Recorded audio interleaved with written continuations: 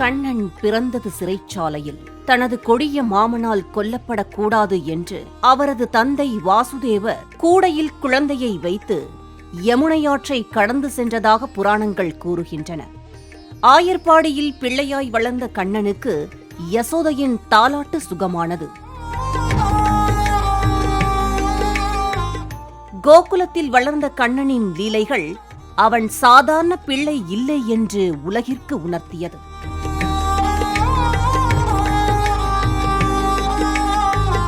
காதலுக்கு நாயகனாகவும் கண்ணன் கொண்டாடப்படுகிறான்.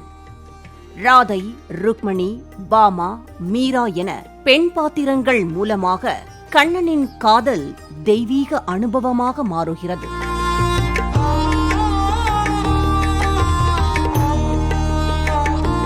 பத்து தசாவதாரங்களில் மனித வடிவில் பிறந்த ராமனை தொடர்ந்து கண்ணனின் அவதாரம் புகழ்பெற்றதாகும். விளையாட்டு பிள்ளையாக அறியப்பட்ட கண்ணன் விஸ்வரூபம் எடுத்து மகாபாரத போர்க்களத்தில் பகவத்கீதையை வழங்கிய ஞானத்தந்தையாக பக்தர்கள் கொண்டாடுகின்றனர்.